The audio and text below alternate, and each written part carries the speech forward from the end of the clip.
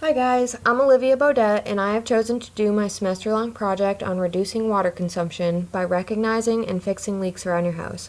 So this includes your sink, shower, toilets, and more. So water is one of the 3 raw or biomaterials required for life on Earth. Like we learned in lecture, water must be recycled because there is a limited amount of water that's available to us.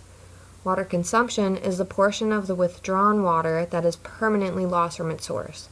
Every time you take a shower, water is being extracted from a lake, river, or pond and filtered, then sent to a water treatment facility, then to a water tower, then to your basement, and finally to your shower. This results in a lot of water being lost along the way that probably never finds its way back to the source. This can result in overdrafting of sources, like the picture on the right, causing them to shrink or in some cases completely dissipate. More than half of our water withdrawals come from surface water of lakes, rivers, and streams. I chose this topic because water is necessary for life. We use it for drinking, agriculture, economic services, and more. It's extremely influential to the climate, and it provides a huge amount of biodiversity to our ecosystems, which in turn boosts productivity. I have experienced leaky showers, faucets, and toilets my whole life, and I use a lot of water, so I thought this would be a good opportunity to not only expand my knowledge, but also share solutions for reducing water consumption. I also have some other methods I use to recycle water in my own home that I'm excited to share with people. So here in New Hampshire, or rather the United States, every 5 years, the U.S. Geological Survey compiles county, state, and national water withdrawal and use data for a number of water use categories. In 2015, the United States water use was estimated to be about 322 billion gallons per day. Public supply accounts for about 39 billion gallons per day. You can see on this map that California and Texas both withdraw a lot of water. California primarily uses water for irrigation and public supply, since it's so densely populated, and Texas primarily uses water for thermoelectric power and irrigation. In New Hampshire, we mainly use water for thermoelectric power and public supply, but we use a fraction of what some other states use. The average household's leaks can account for more than 10,000 gallons of water wasted every year, or the amount needed to wash 270 loads of laundry. Household leaks can waste more than 1 trillion gallons annually nationwide.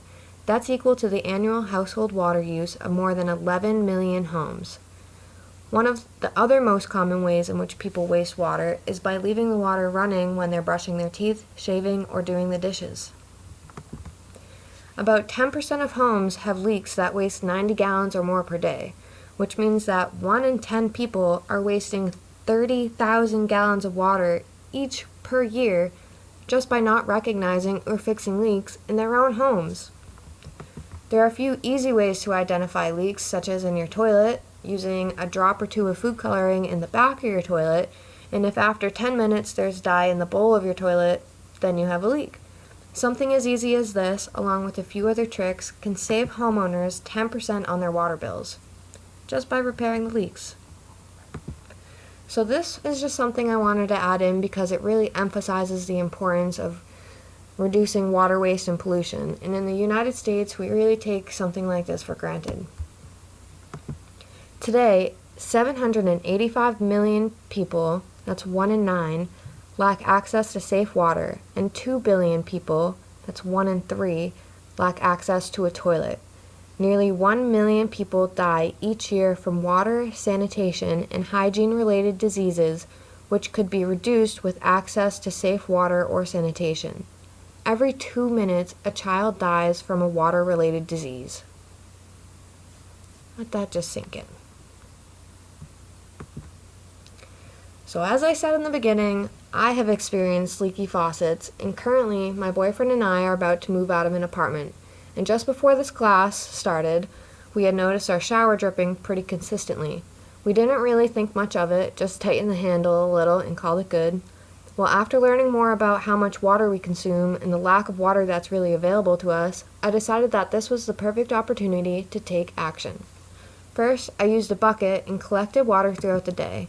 It dripped about 2 cups when I left it for 10 hours, or 5 cups per day, which was way more than what I was expecting. This means that if we moved and they didn't fix the leak, it would be wasting 114 gallons of water per year.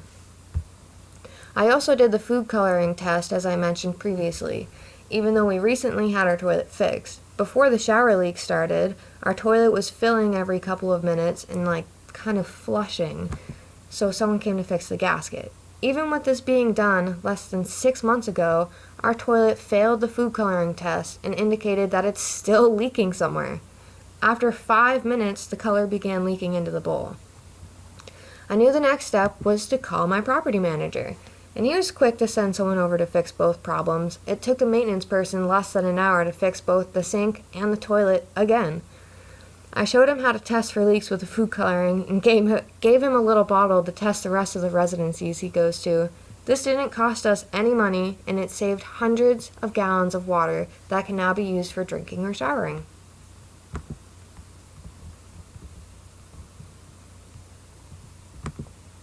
So I also thought it would be a good idea to spread the word. After fixing our leaky faucet and toilet, I decided to give the property manager another call and just inform him on how much water could have been wasted, and I encouraged him to reach out to the other tenants about any leaks. He seems surprisingly enthused about this, so hopefully he follows through. Also, brace yourself. I work at Petco as the aquatic specialist, so I handle a lot of water and spend a good amount of time talking to people who also use a lot of water. Since starting this class, I have been engaging in more conversations about water use. I remind them to prevent as much water loss as possible and use direct tubing instead of buckets, and tell them to recycle their spoiled water. Personally, I have 210 gallons of water between all my fish tanks, so I change about 100 to 200 gallons a month. These are my fish. And now that's a lot of water. It doesn't all go to waste though. In the winter, I siphon water into a bucket to use for my houseplants.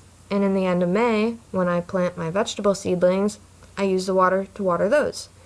And throughout the summer, I siphon the water directly out the window and down to the garden. So overall, it's important that everyone is educated on why reducing water consumption rates are important. If you rent, you can email or call your landlord or property manager to inform them on how much water is wasted per year and ask them to send someone over to check if any of your appliances are leaking. You could also try gathering water in a bucket if you believe there is a leak, or place a paper towel under the faucet while it's off.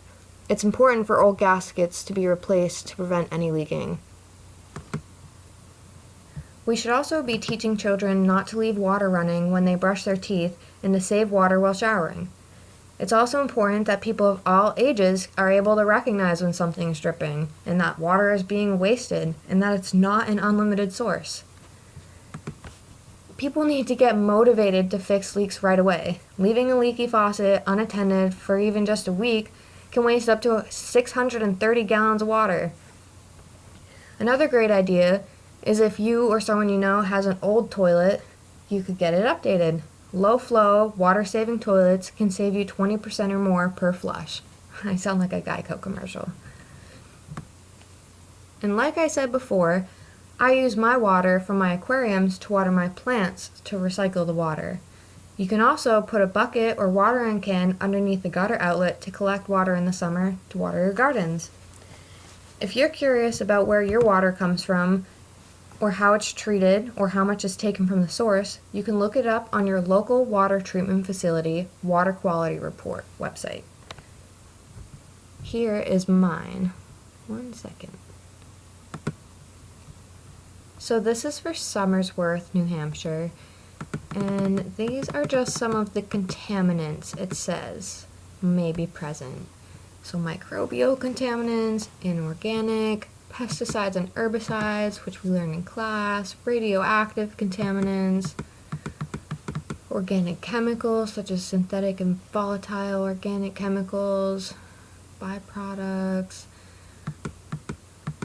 and then if you go further down, tells you where your water comes from. So my water is taken from the Salmon Falls River, and then it shows or tells you how it's treated, the river quality, a whole bunch of stuff. So yeah, this one is, let me see. Yeah, the Somersworth 2019 Water Quality Report. So this was actually data from 2018 that was released in 2019. Overall, it's important for everyone to recognize that reducing water consumption is doing more than just saving you money on your water bill, it's saving lives. My hope is that the information I collected on my water consumption, as well as other provided data, will convince my property manager and you viewers to consider looking for leaks in your own home and take action on reducing water consumption. And I will continue talking to customers at Petco. Any questions, comments, or suggestions will be greatly appreciated. Thanks, guys.